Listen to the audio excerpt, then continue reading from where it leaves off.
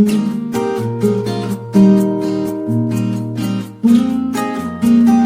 Dear student, जैसे कि हमने पिछले पार्ट में हमने व्यतिकरण के बारे में पढ़ा था, ठीक है।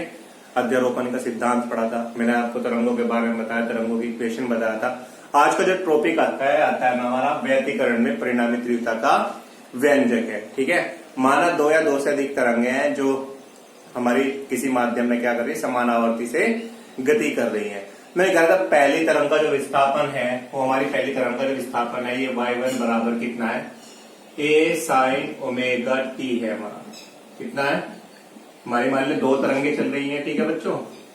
कितनी तरंगे चल रही हैं, ये दो तरंगे चल रही है। मैंने कहा जो पहली का विस्थापन है वो हमारा कितना है y1, दूसरी का विस्थापन कितना है हमारा y2। पहली का आयाम a1 है, दूसरी का आयाम कितना है a2 है।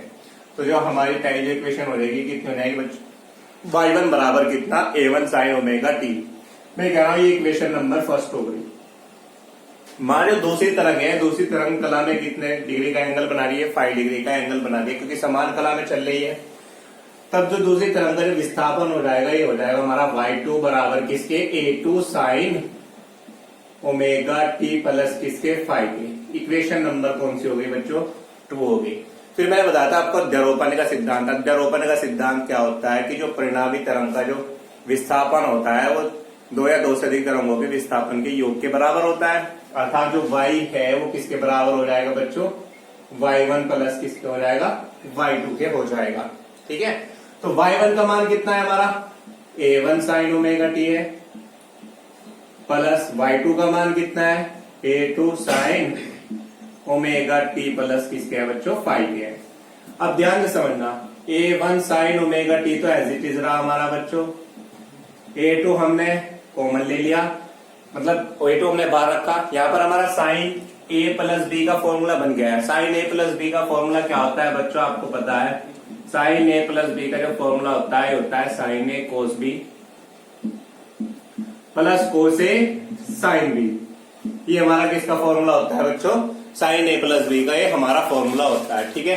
तो हमने क्या करा है, इस फॉर्मूले से हमने खोल दिया, a2 के अंदर मल्टीप्लाई कर देंगे तो क्या हो जाएगा, sign omega T into cos 5 plus a2 तो हमने मल्टीप्लाई कर दी, क्या हो जाएगा, कोस ओमेगा टी इंटू में कितना बच्चों, साइन 5 हो गया। ये हमने किसी multiply cos sine a plus B का हमने क्या कर दिया, फॉर्मूला खोल दिया और a2 की जो मल्टीप्लाई थी वो हमने अंदर कर दी है, ठीक है बच्चों। इसके बाद हम देखते हैं a1 साइन ओमेगा टी है हमारा पर, ठीक है, और ये कितना है हमारा a2 sign omega T into cos 5 है। दोनों में क्या चीज कॉमन है बच्चों, साइन ओमेगा टी हमारा कॉमन है, तो हम क्या करेंगे, यहाँ से साइन ओमेगा टी क्या कर लेंगे, कॉमन ले लेंगे।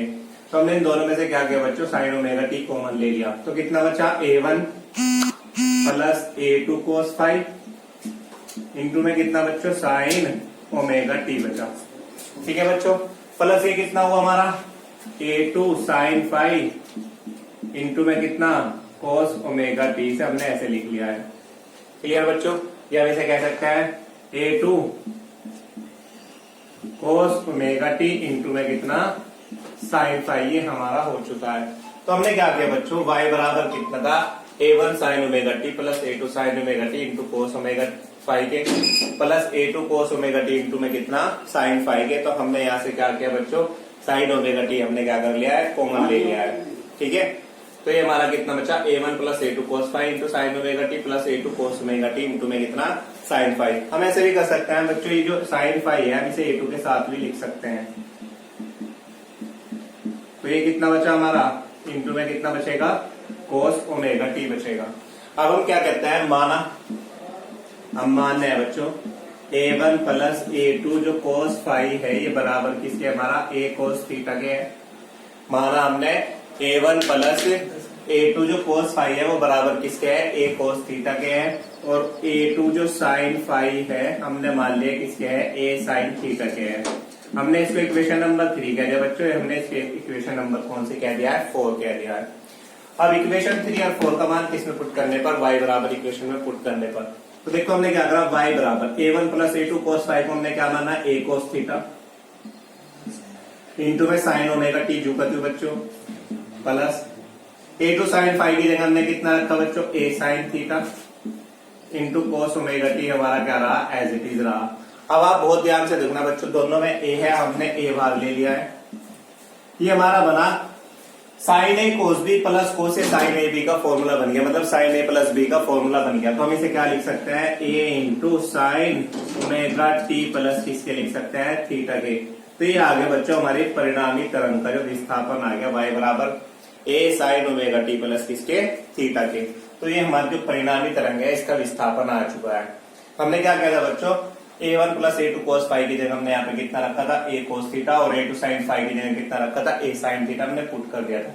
ए हमने कॉमन लिया, sign A cos B plus cos A sine B, मतलब साइन ए प्लस बी का फॉर्मूला हमने इसको बना दिया है। तो जो हमारी परिणामी तरंग का जो विस्थापन आया है y बराबर किसका है बच्चों, ए साइन थीटा, ए साइन ओमेगा टी प्लस किसका है, थीटा क्या है। इसके बाद हम क्या करते हैं बच्चों, जो हमारी इक्वेशन, ये तो अगर हमें परिणामी विस्थापन पूछा तो हम यहां तक कर लेंगे।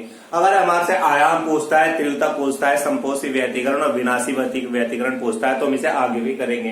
तो सबसे पहले हमने यहाँ पर y बराबर A sine omega t plus theta, ये हमने इसका परिणामी विस्थापन निकाल लिया।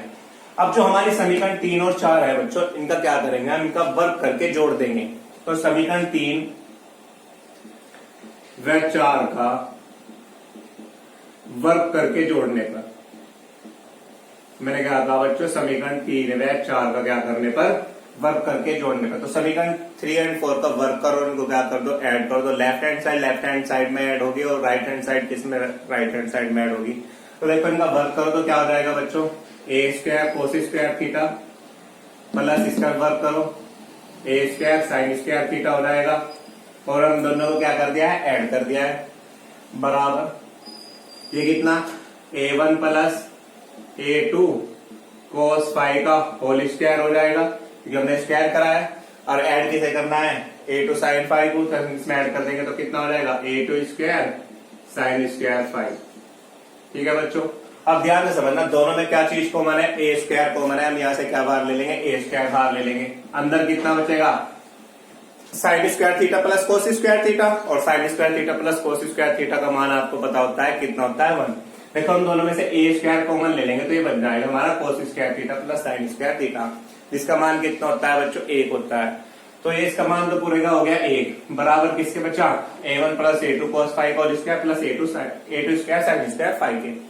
अब ध्यान से समझना, यहाँ पर a प्लस बी का होल स्क्वायर बनना है। a प्लस बी का होल स्क्वायर क्या होता है, a square plus B square plus 2ab। हम इस फॉर्मूले से क्या करेंगे, ये खोल लेंगे। तो कितना हो जाएगा हमारा, a1 square plus a2 square cos square five plus 2a1 a2 cos five, ये हमारा हो गया बच्चों। ठीक है, हमने a प्लस बी का होल स्क्वायर से खोल लिया। बचा कितना, a2 square sine square five, ये हमारा बचा। अब हमें पता a2 square cos square five, a2 square sine square five, दोनों में क्या चीज कॉमन है बच्चों, a2 स्क्वायर कॉमन है। तो हम क्या करेंगे, दोनों में से a2 स्क्वायर कॉमन ले लेंगे। तो a1 square plus a2 square हमने कॉमन लिया, कितना बचा, कोस स्क्वायर फाइव प्लस किसके, साइन स्क्वायर फाइव की। और आपको पता है cos square five plus sine square five, और sine square theta plus cos square theta का मान कितना होता है बच्चों, 1। तो इस पूरे का मान भी कितना हो जाएगा हमारा, 1 हो जाएगा। तो हम इसे छोड़ देंगे, ठीक है नहीं। तो प्लस कितना बचा यहाँ पे, 2a1 a2 कोस फाइव के बचा। यही हमारा क्या है बच्चों, आयाम का फॉर्मूला है, परिणामी आयाम का। या a बराबर कितना हो जाएगा बच्चों, under root a1 square plus a2 square plus 2a1 a2 cos five के हो जाएगा। ये हमारा परिणामी आयाम का फॉर्मूला आ चुका है। ठीक है, इसके बाद हम निकालते हैं परिणामी तीव्रता। अगर हमसे परिणामी तीव्रता निकालना चाहते हैं तो हम परिणामी तीव्रता भी निकाल सकते हैं। मैंने बताया था बच्चों आपको, जो परिणामी तीव्रता होती है आई, पिछले पार्ट में मैंने आपको बताया था, जो परिणामी तीव्रता होती है ये आयाम के वर्ग की क्या होती है, अनुक्रमानुपाती होती है। जब भी हमारा अनुक्रमानुपाती का निशान लगता है तो बराबर का निशान लगाएंगे और एक कांस्टेंट लगाएंगे कि इंटू में कितना, ए स्क्वायर। ठीक है बच्चों, तो हमने क्या किया, ए स्क्वायर का मान हमारा कितना था, a1 square plus a2 square plus किसके, 2a1 a2 कोस फाइव का हम इसमें पुट कर देंगे। तो आई बराबर के एज इट इज हमने स्क्वायर का मान रख दिया कितना बच्चों, a1 square plus a2 square plus 2a1 a2 किसके, कोस फाइव के। ठीक है बच्चों, अब हम क्या करेंगे, के के अंदर मल्टीप्लाई कर देंगे। तो आई बराबर कितना हो जाएगा, के a1 square plus K a2 square plus 2k_a1 cos phi. Clear. हमने क्या कर दिया दोनों, और वो जो हमने क्या कर दिया बच्चों k की हमने क्या कर दिया अंदर मल्टीप्लाई कर दी, तो ये हमारी इक्वेशन बन गई i बराबर किसके k_a1² प्लस k_a2² प्लस किसके 2k_a1 cos फाई। परंतु हमने बताया था आपको कितनी तरंगे चल रही थी बच्चों, 2 तरंगे चल रही थी। मैं इस साइड का बच्चों क्लियर कर रहा हूं, ठीक है। तो मैंने आपको बताया था 2 तरंगे चल रही थी हमारी, इस तरह से हमारी 2 तरंगे क्या कर रही थी, विस्थापन कर रही थी, ठीक है। एक समान आवर्ती की थी। तो मैंने बताया था जो पहली का आयाम कितना था a1 था, दूसरी का आयाम कितना था a2 था। जो पहले की तीव्रता होगी बच्चों वो कितनी होगी i1 होगी, दूसरी जो तीव्रता होगी वो कितनी होगी i2 होगी। तो जो पहले की तीव्रता है i1 किसके अनुक्रमानुपाती होगी a1² के, दूसरी की जो तीव्रता होगी वो किसके अनुक्रमानुपाती होगी a2² के होगी या नहीं। या i1 बराबर कितना हो जाएगा k_a1² हो जाएगा और i2 किसके बराबर हो जाएगा k_a2² के हो जाएगा, ठीक है। चूंकि मैं कह रहा हूं i1 बराबर किसके k_a1² के और i2 किसके बराबर है k_a2² के बराबर है। तो हम क्या करेंगे बच्चों इसमें पुट कर देंगे, ठीक है। अब ध्यान से समझना, यहाँ पर 2k_a1 बचा है हमारा 2k_a1 बहुत ध्यान से समझना बच्चों, मैं क्या कर रहा हूं। मैंने क्या किया k को तो मैंने लिखा √k इंटू √k लिख सकता हूं। k को मैंने क्या लिखा √k into √k, √k into √k क्या हो जाएगा हमारा k हो जाएगा, ठीक है। अब यो a1 था हमारा, √k इंटू क्या लिखा हमने बच्चों √k लिखा a1। अगर मैं इसे ऐसे लिखूं a1 को हम ऐसे भी लिख सकते हैं √a1 का स्क्वायर, क्योंकि रूट से बाहर आ जाएगा। तो k तो एक मैंने a1 के साथ रख दिया, ये हो गया √k_a1²। और a2 भी ऐसे लिख सकता हूं, कितना हो जाएगा √k_a2², ठीक है। ये मैंने ऐसे लिखा बच्चों, ये बन गया हमारा i1 और ये क्या बन जाएगा हमारा i2 बन जाएगा। तो मैंने इस इक्वेशन को लिखा ऐसे i बराबर k_a1² plus k_a2² plus 2 √k_a1² into √k_a2² into में cos फाई का जो हमारा एक आता भाग, ठीक है। अब ध्यान से समझना, मैंने क्या कहा i1 बराबर किसके है k_a1² के और i2 किसके बराबर है हमारा बच्चों k_a2। क्या लिखा i बराबर किसके k_a1² k_a2² plus 2k_a1² plus √k_a2² into में कितना हमारा cos फाई के।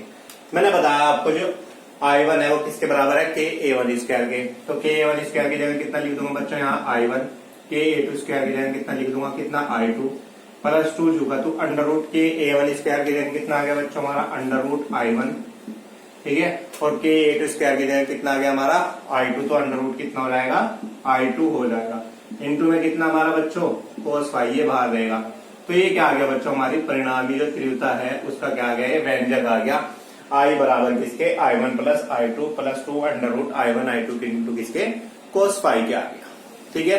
तो ये हमारा परिणामी विस्थापन था बच्चों, ये परिणामी आयाम था और ये हमारी क्या आ गई है बच्चों परिणामी तीव्रता आ चुकी है। अगर हम बात करें अधिकतम तीव्रता की न्यूनतम तीव्रता की तो हम क्या रखेंगे i मैक्सिमम और i मिनिमम। अब मैंने बताया जो हमारा ये जो परिणामी जो तीव्रता आई है ये कितनी आई है हमारी i बराबर i1 plus i2 plus 2 √i1 i2 cos phi. मैंने आपको बताया था कि जो cos फाई का अधिकतम मान होता है वो कितने पे होता है 0 पे होता है, cos 0 पे, क्योंकि cos 0 का मान मैंने आपको बताया था कितना होता है 1 जो अधिकतम मान होता है। अगर हम i मैक्सिमम की बात करें तो फाई का मान कितना होना चाहिए बच्चों हमारा 0 होना चाहिए, ठीक है क्लियर।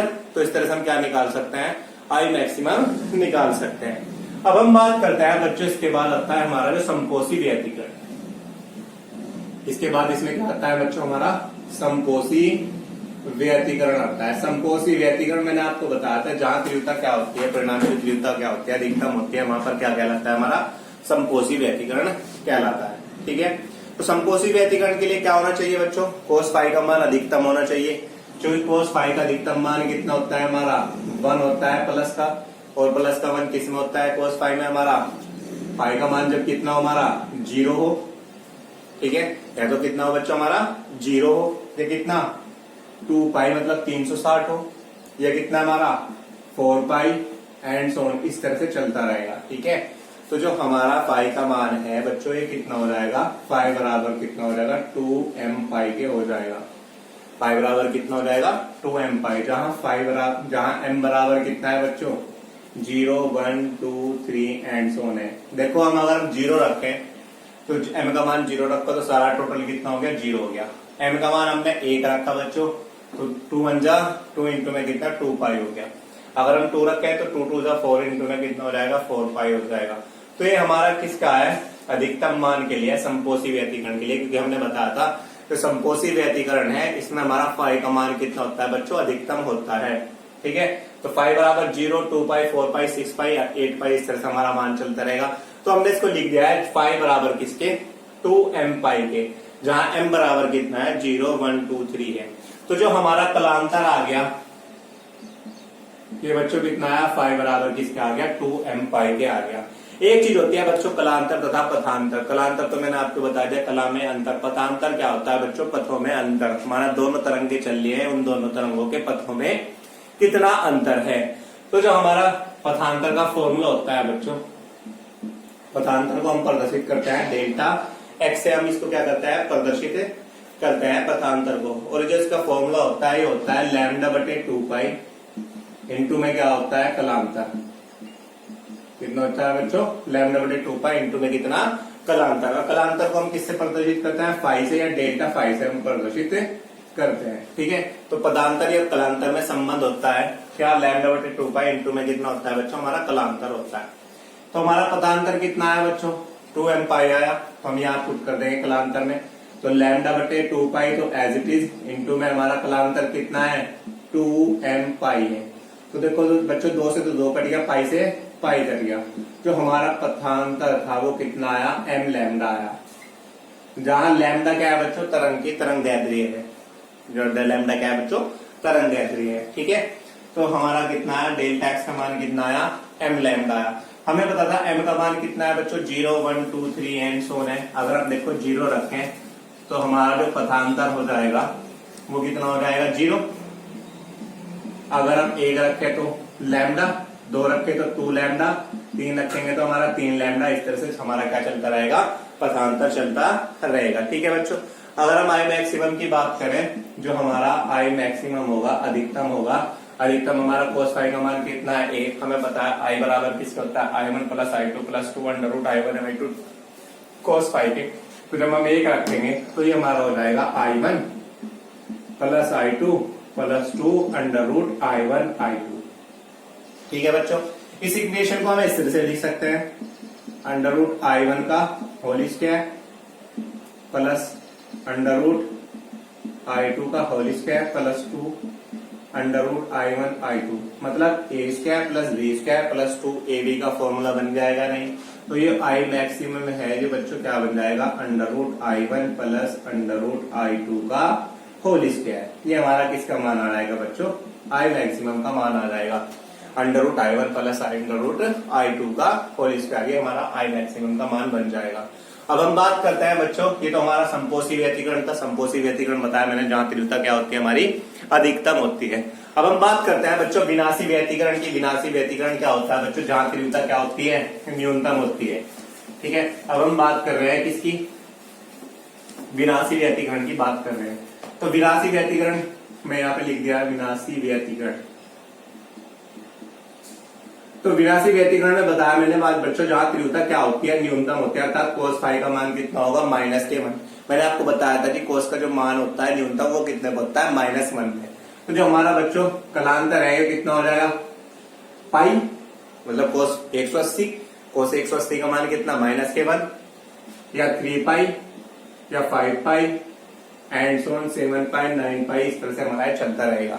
तो ये क्या आ गया बच्चों हमारा कितना आ गया कलांतर आ गया। हम इसको ऐसे भी लिख सकते हैं कि फाई बराबर कितना 2m-1 इंटू में कितना पाई, 2m-1 इंटू में कितना पाई, जहां m बराबर कितना है बच्चों 1 2 3 एंड सो 1 2 3 4 5 6 7 एंड सो।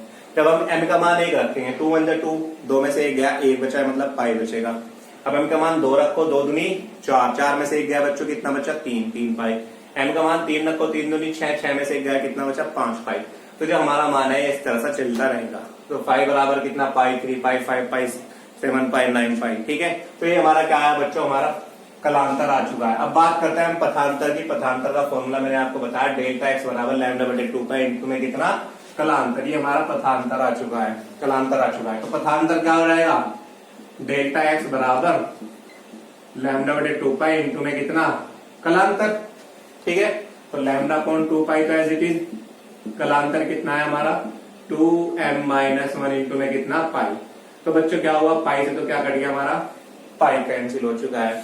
तो जो हमारा पदांतर आया डेल्टा एक्स बराबर कितना आया 2m माइनस 1 इंटू में कितना लैम्डा बाई 2। ठीक है, तो ये हमारा क्या आया बच्चों, पथांतर आया। किसके लिए पथांतर आया, विनाशी व्यतिकरण के लिए। ठीक है, अगर विनाशी व्यतिकरण की बात करते हैं तो हमारा कलांतर कितना होता है 2m माइनस 1 इंटू पाई, और जो हमारा पथांतर है डेल्टा एक्स बराबर कितना 2m minus 1 into lambda by 2। बहुत ध्यान से रखना है, ध्यान बच्चों, इसकी हमें बहुत आवश्यकता होगी अगले वाले टॉपिक में भी। जो विनाशी संपोषी के लिए है, ये हमारा कलांतर कितना था 2m पाई था, और जो पथांतर था कितना आया था बच्चों हमारा m लैम्डा आया था। जबकि विनाशी के लिए कलांतर 2m माइनस 1 इंटू पाई, और जबकि पथांतर कितना है हमारा डेल्टा एक्स बराबर 2m माइनस 1 इंटू में किसके लैम्डा बाई 2 के आया। ठीक है, अगर हम बात करते हैं बच्चों, जैसे हमने यहाँ पर अधिकतम मान निकल रहा था, आई मैक्सिमम निकल रहा था, इस तरह से हम क्या निकाल सकते हैं, आई मिनिमम निकाल सकते हैं। जो आई मिनिमम होगा बच्चों हमारा कितना हो जाएगा, देखो मतलब -1 रखा जाएगा हमारा, तो ये बन जाएगा, मैं डायरेक्ट कर रहा हूँ बच्चों, बस यहाँ जो प्लस है यहाँ पर क्या आ जाएगा, माइनस आ जाएगा। तो जो आई मिनिमम है ये बन जाएगा हमारा बच्चों √I1 माइनस √I2 का होल स्क्वायर बन जाएगा। ये हो गया हमारा आई मैक्सिमम, और ये क्या हो गया बच्चों हमारा आई मिनिमम। अगर हम आई मैक्सिमम और अपॉन आई मिनिमम भी निकाल सकते हैं। ठीक है, तो ये मोस्ट इंपोर्टेंट डेरिवेशन है बच्चों, इसको आपको अपनी कॉपी में नोट करना है। कोई प्रॉब्लम होती है तो मुझसे कांटेक्ट कर सकते हैं। ठीक है, और बच्चों इस चैनल को लाइक और सब्सक्राइब करना मत भूलना। ठीक है, ओके बाय।